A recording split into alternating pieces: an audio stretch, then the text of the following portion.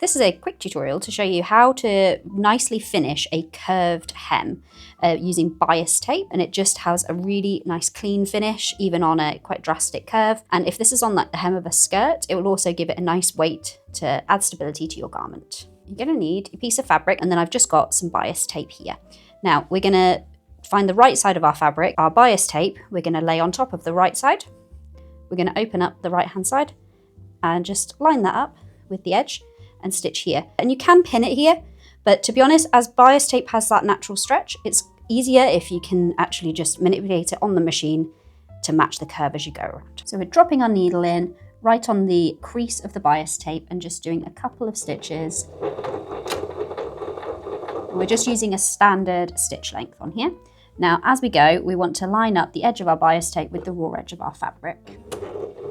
Now, because it's bias tape, it will have a slight stretch to it, and that means we can easily go around a curve. The sharper the curve is, just take it really slowly.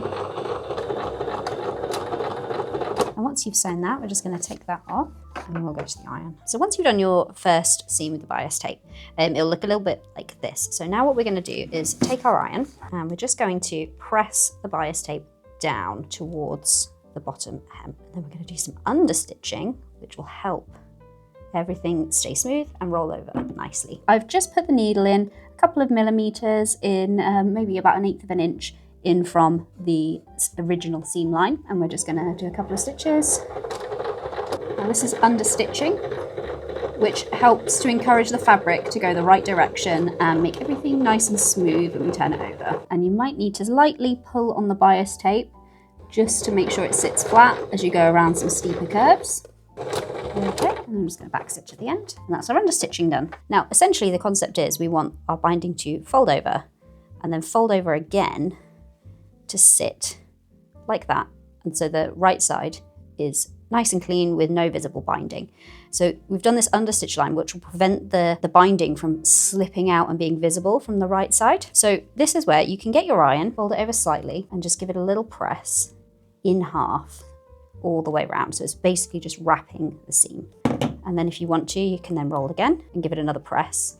But you can just use your fingers to manipulate this as well, and you'll likely get a very clean finish without even needing to iron. And then what we'll do is we'll take it over to the machine, and you can either stitch on the wrong side, so you know exactly where your stitch is going and you're making sure your binding is caught. Or if you're feeling a bit more confident, stitch from the right side, but just make sure that this fabric you can kind of see underneath, or you can at least feel where the binding is. You want to make sure you're catching the binding and keeping an even seam allowance there. I'm gonna line it up with the 10, which is the 3/8 of an inch or a 10 millimeter line, and just pop that in and see where my needle lands. And I just want to double check, I'm lifting the presser foot, that is definitely going through and catching the binding there. I could move it over another millimeter or so, but I feel like it's easier for me to line up with this 10 millimeter line on my machine. And then I'm just needing to make sure that the binding stays rolled underneath. So if you pressed it, it should automatically stay there. You can pin it if you like, but I find it's easier if you just use your hands and manipulate it as you go and just go very slowly. So we'll do a couple of stitches and back stitch. So